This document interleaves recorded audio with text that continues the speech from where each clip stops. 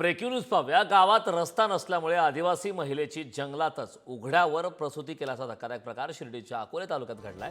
गावात पोहोचण्यासाठी रस्ता नसल्याने एका महिलेची जंगलात प्रसूती पार पडली। या घटनेनंतर आता नागरिकांकडून तीव्र नाराजी व्यक्त होत आहे। या दरम्यान जांभळे गावातील मुख्याध्यापक राजेंद्र गवांदे यांनी वेळीच बाळ आणि आईला आरोग्य केंद्रात पोहोचवल्याने दोघांना पुढचे उपचार मिळू शकले।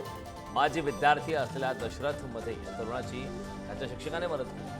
मुख्याध्यापक गवांदे यांनी तात्काळ आपली कार घेऊन मुसळधार पावसातून आरोग्य केंद्र गाठलंय। कारने जाताना कारचं चाक चिखलात अडकलं होतं, मात्र तरी सुद्धा त्यांनी ही मदत केली।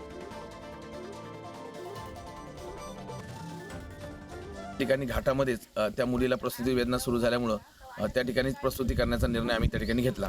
तिच्यासोबत तिची सासू होती, तिचा नवरा होता, तिची आई होती आणि आमच्या त्या वाडीतल्या ठाकरवाडीच्या काही महिला होत्या। त्या महिलांनी अतिशय सुखरूपपणे या आमच्या प्रतीक्षाची त्या ठिकाणी प्रसूती केलेली आहे। बाळ आणि माता दोघे सुखरूप असून मी आता माझ्या गाडीने त्यांना घेऊन ब्राह्मणा PSC केंद्राकडे चाललेलो आहे।